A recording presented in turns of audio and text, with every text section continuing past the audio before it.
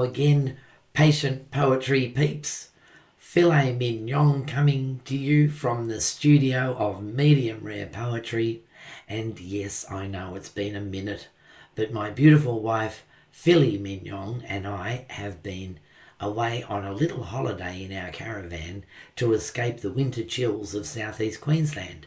Because yes, we're in the southern hemisphere and it's winter here. And this winter's been particularly nippy and wet as well, which is a bit odd for us. Anyway, we've been away for a while and then we've come home to do some industrial gardening as we like to do. And over here is a door, and behind that door is my garage, and in that garage is my trailer, and in that trailer is 2/3 of a cubic metre of premium garden soil that is so full of manure it smells just like Donald Trump's underpants. Oh, speaking of which, while we were away, Donald decided to build a ballroom onto the White House because every White House needs a ballroom. And this hasn't gone down all that well for only $200 million. Ah, what a waste.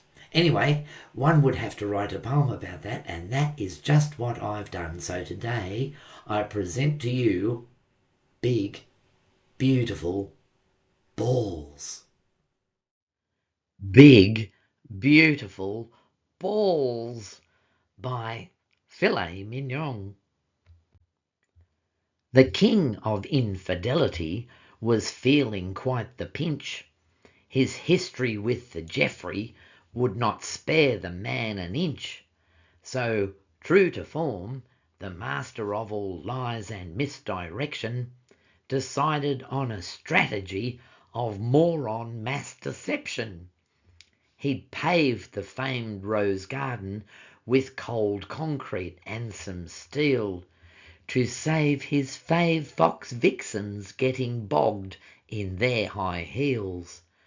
Tradition was rewritten by the baby bronze baboon, the Oval Office now dubbed the Ovarian Saloon. A pair of great big flagpoles that were seen from all directions were christened by some witty wags as Donald's new erections.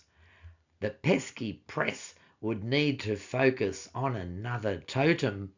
Besides, his new performance drugs had shrunk the Yeti's scrotum. He knew he couldn't live that long. He'd have to leave an heirloom, declaring that the White House would receive a gleaming ballroom. The White House was an aging place, and, like himself, it smelled. So why not build an annex wherein all his balls were held?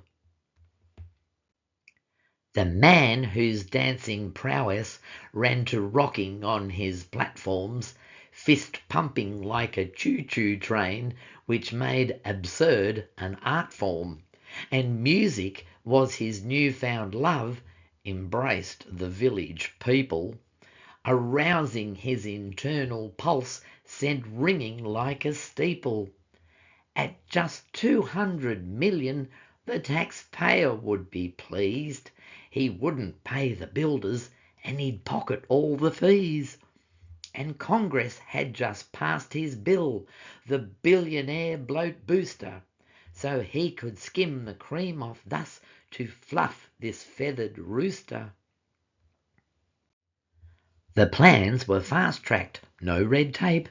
Who cared about approvals? Earthworks quickly underway with sod and soil removal.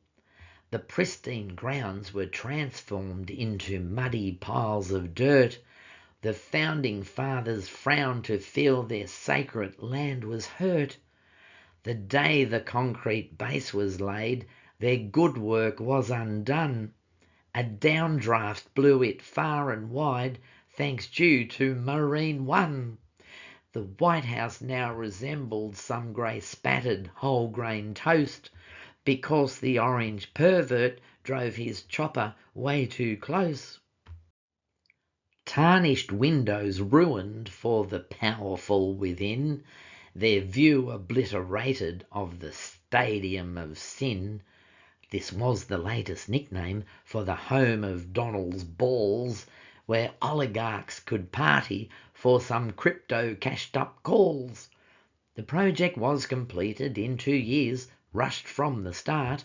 The White House had a pimple, boorish as a public fart. Its gaudy decorations were replete with yards of gold, donated by the Fort of Knox before the place was sold. The palace was enormous, like a modern coliseum. Alas, it was to be renamed the Donald Mausoleum. This was the final scandal that had brought the felon down. The artist of the deal had overstepped and lost his crown. The lust and greed had sickened all the healthcare baron folk. Surviving press portrayed him as a self-consuming joke. The peach of all impeachments saw him take the golden shove. And worst of all, the narcissist learned he was never loved. The irony was moot in that the parliamentary broom was too big for the people's house. They used the new ballroom. Trump's legacy was blackened. Evil deeds were on display. His heart of coal was obsolete. His power had been frayed. Once faceless men now felt their spine. The rot had gone too far. They stood up for their voters, no more leaning on the bar. And while the felon decomposed within his prison walls, new leaders didn't need this space to exercise their balls. Well, there you have it. In Australia, we would term that edifice the White House outhouse, but it's in America, so we can't really do that. That would be disrespectful. Anyway, I hope you like the poem. Please like, share and subscribe, and subscriptions are absolutely free, and it helps my algorithm, and my algorithm is in need of some help. And liking and sharing just makes my heart totally warm, and I do appreciate your comments, and I just love being here sharing these poems with you. So you have a wonderful day, and I look forward to seeing you next time. Bye bye for now.